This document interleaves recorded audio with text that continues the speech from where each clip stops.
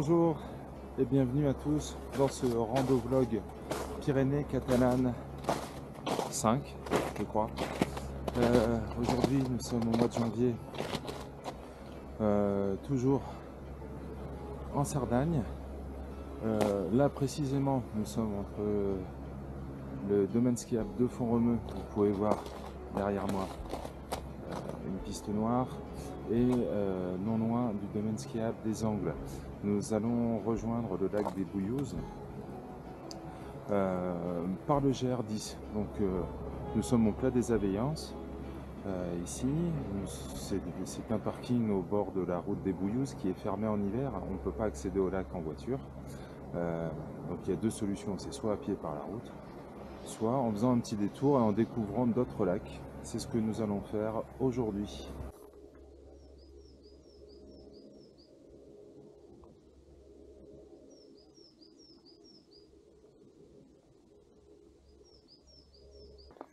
C'est une randonnée que j'avais faite il y a 2 ans, mais en raquette. Il y avait un peu plus de neige, c'était au mois de décembre. Là on a un gros déficit de neige, et vous voyez derrière moi, c'est tout gelé. Peu de neige qui est tombée en début de semaine a refondu, et ça a bien gelé.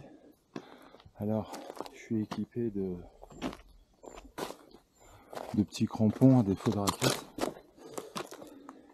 Vous voyez, ça glisse. Donc l'idéal c'est de la faire en plein hiver, en raquette, quand il y a de la neige. Donc là la neige arrive demain. Ils annoncent un gros cumul toute la semaine. Donc qui dit neige dit nuage. Donc j'en ai profité pour venir aujourd'hui et faire cette belle randonnée qui grimpe bien.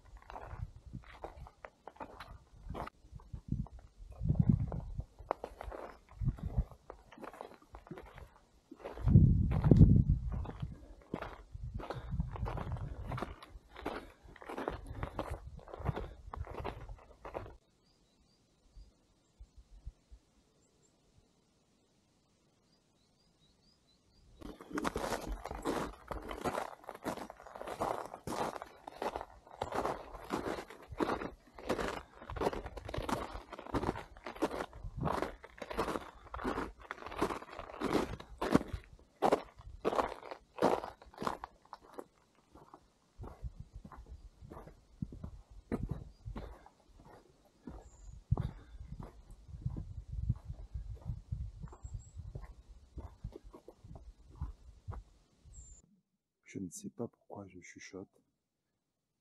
Peut-être pour vous faire entendre le chant de la glace qui craque, qui ondule. C'est assez impressionnant. J'étais venu il y a 2 ans, il y avait une très grosse épaisseur de glace et on aurait dit des coups de tonnerre à chaque fois. Donc là on est à l'étang de Pradeille, un des premiers étangs qu'on va voir aujourd'hui, lac. Donc le GR10 se poursuit par là. Alors je pensais pas le voir geler au vu des conditions.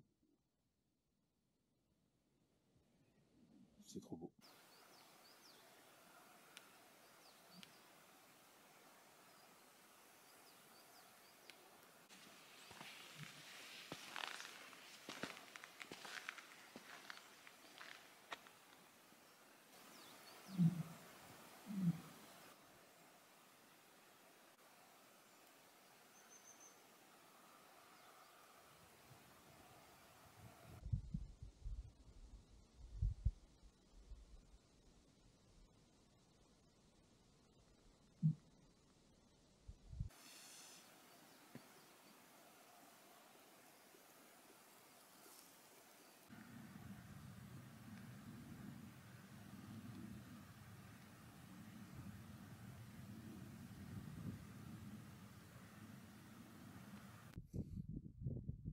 Alors, ça y est, on a longé le lac de Pradaï et dans le refuge derrière moi.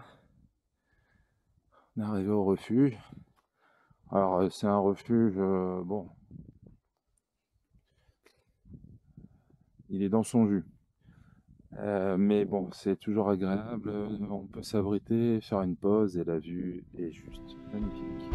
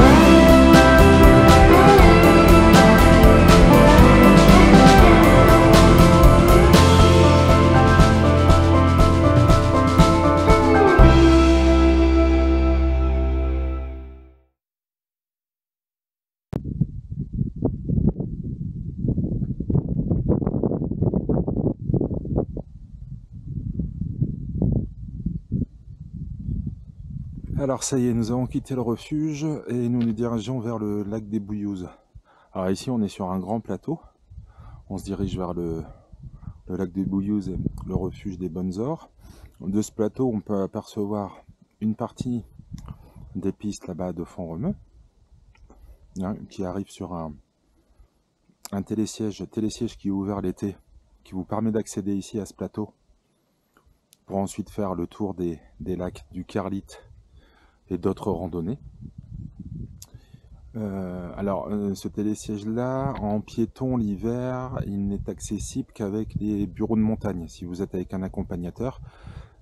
D'ailleurs, je vous invite à regarder la vidéo qui s'affiche en haut à droite, où j'ai traversé des lacs gelés. Donc c'était au mois de mars 2022. J'ai traversé le lac de Pradaï en dernier, d'ailleurs, je l'ai fait. Il faisait beaucoup plus froid, il y avait beaucoup plus de neige qu'aujourd'hui, bien évidemment. Et nous étions montés par là-bas. Donc on avait commencé les lacs par là-haut et on était redescendu par le lac des Bouillouzes et ensuite le lac. Donc là, comme vous pouvez le constater,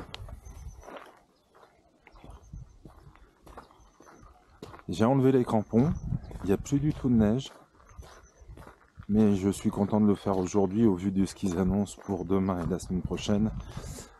Ça va être difficilement praticable.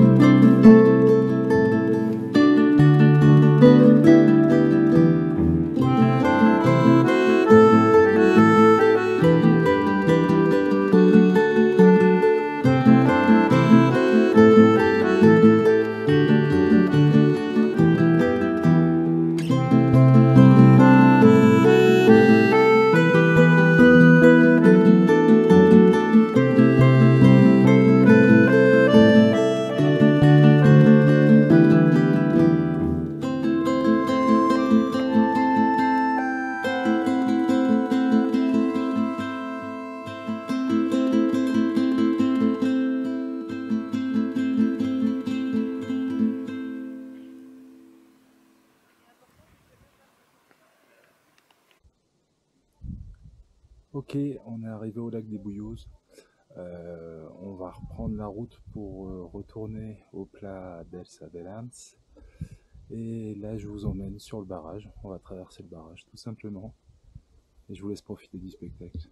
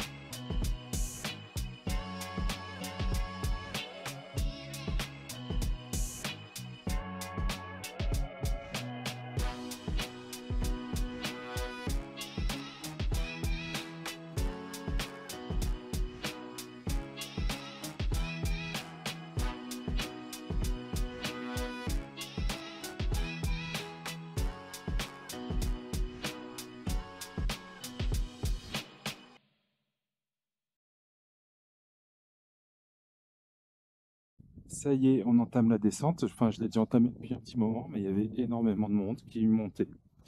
Bon, sûrement pour aller visiter le lac, donc ils sont montés par la route. Nous, on redescend par la route. Il y aura bien d'autres variantes, mais la montée était déjà très glissante, donc il est conseillé de redescendre par la route. Là, il n'y a pas du tout de neige, mais il y a des années, j'en ai vu redescendre en ski. Donc ça descend bien. Là, en fait, on a fait plus de la moitié de la boucle, et maintenant, c'est que de la descente jusqu'au plat des El Savelans.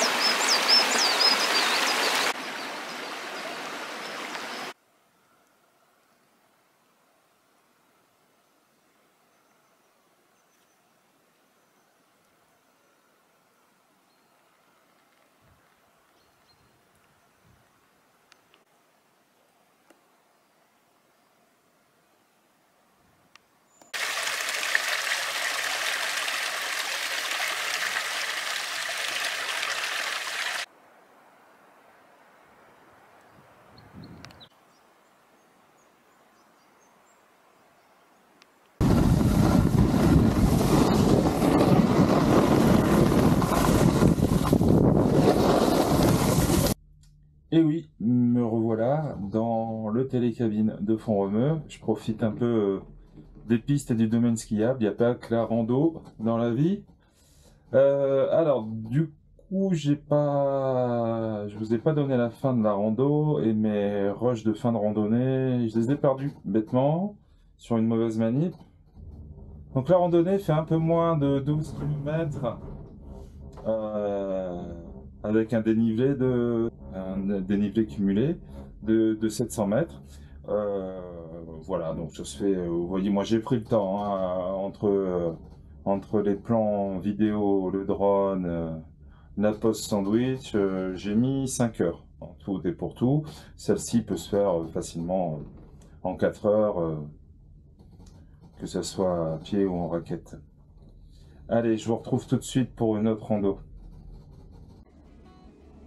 Voilà, hier vous me trouviez dans les œufs, la pause piste de ski est finie, mais on n'est pas loin des œufs, ils sont juste derrière moi, là-bas, donc la neige est revenue. On va en profiter pour faire une randonnée au départ de Font-Romeu. En fait, on va faire un peu ce que fait le télécabine, c'est-à-dire qu'on va monter du centre de Font-Romeu jusqu'aux RL, le début des pistes de ski. Donc là, ça fait déjà un petit moment que je suis parti. Je suis parti donc de l'entrée de Font-Romeu. Vous avez un petit parking, bon, vous aurez le tracé en description.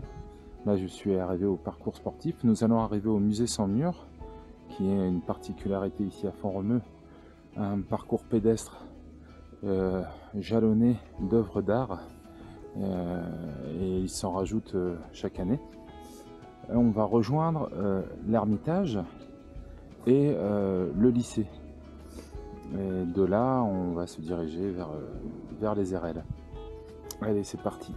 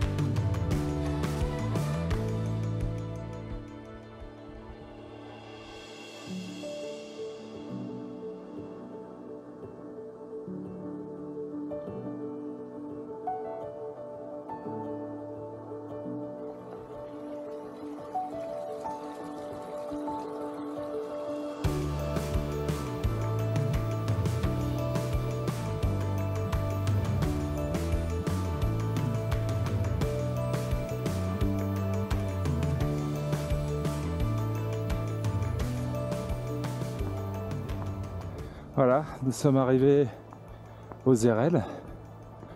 Donc c'est le début du domaine skiable de Font-Romeu.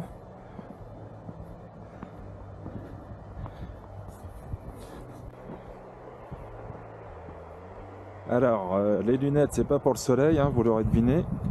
Donc derrière moi, les premières pistes de Font-Romeu. Là, j'en ai profité pour boire un petit café, me réchauffer. On n'est pas pressé, vous voyez, là on a fait déjà toute l'ascension. Maintenant on entame la descente. On pourrait la faire de manière un peu plus courte, mais là, la randonnée est déjà pas bien longue et pas bien difficile. On va la rallonger un petit peu. Et on va rejoindre tout doucement le musée sans mur, en passant par la faculté des sports. On va l'allonger, on va apercevoir les infrastructures. Et puis on va atterrir à notre point de départ.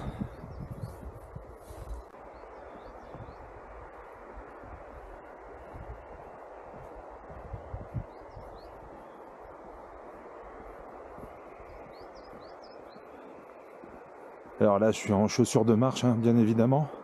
Mais vous avez les balisages raquettes, que vous voyez là. Donc voilà, d'ici quelques jours en raquette, c'est une randonnée sympa à faire. Là, il n'y a pas encore assez d'épaisseur, on n'a pas réellement besoin.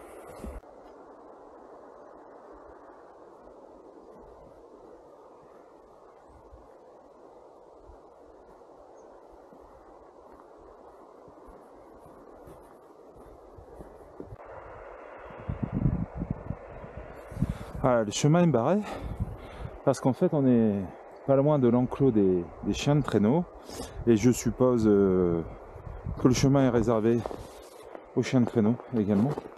En tout cas, il est interdit d'y aller à pied et encore moins avec un chien. Donc là, je viens de faire une portion qui est complètement verglacée sous la neige. Donc c'était en montée, ça va. Là, je dois faire demi-tour. On va éviter la descente et je vais passer par le sous-bois. Alors, donc là, on va pas prendre le chemin principal, mais il y a une variante qui est réservée, qui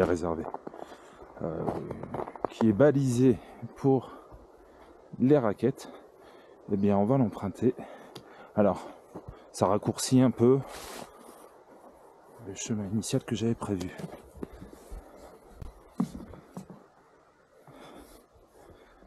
Voici donc la variante.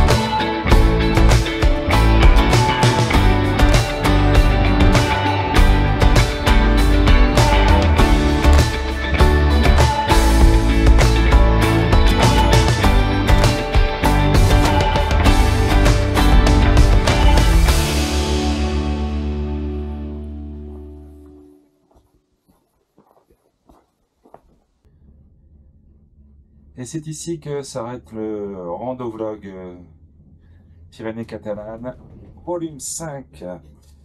Et bien écoutez, si vous avez aimé, je vous invite à mettre un petit pouce en bas de la vidéo, à vous abonner, il y en aura d'autres.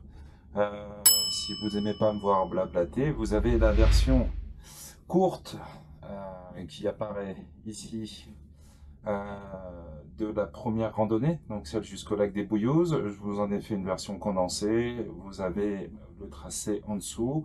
Tous les tracés que j'effectue, environ 90%, sont sur IGN Rando, vous tapez Illico Rando et vous retrouvez la communauté IGN Rando et tous les circuits avec les liens vers les vidéos. Bonne journée, à bientôt!